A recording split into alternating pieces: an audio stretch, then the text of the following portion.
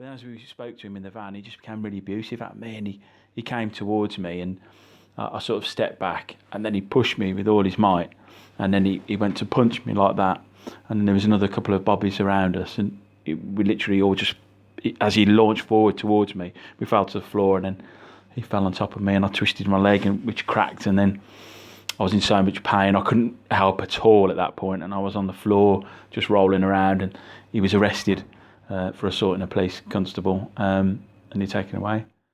Well, afterwards, I mean, due to finish at 4, I was in hospital then for the next 8 hours. So I've just done a whole day and night shift. Massive impact on my life because I've got a young boy going through a divorce, separated. I couldn't go and see my boy. Ex-wife had to go to work. I couldn't even go and get my boy from her house. A big impact there.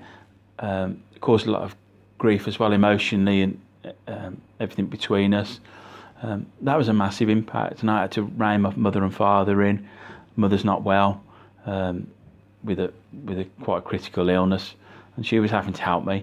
And I was off for 2 months, and this happened for me for 2 months, where people had to chip in and help me to do things, just over something so small, such a small job. I've been in the job for over 10 years. I've been working West Mids for 8 years, and this was the most impactful job I've ever had, which was a nothing job. He hadn't done anything apart from just being abusive, and I ended up getting the worst injury I've ever had. I wear flip-flops, I wear shorts every day. I put on this uniform, and then to me, it just seems like and to the public, I'm a completely different person. Yeah, I am a completely different person, but I'm there to help people.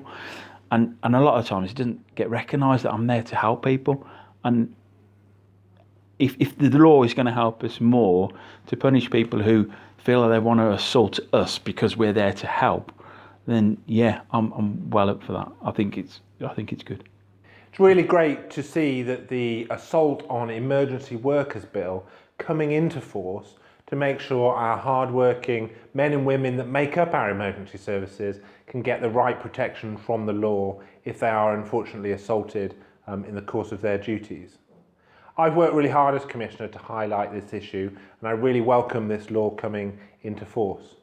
My drive, my commitment is to carry on reducing those that are assaulted in the course of their duties, but this law is an important part to ensure that when it does happen, the full force of the law, in line with the expectations of our community, are brought against those that would seek to harm our emergency workers.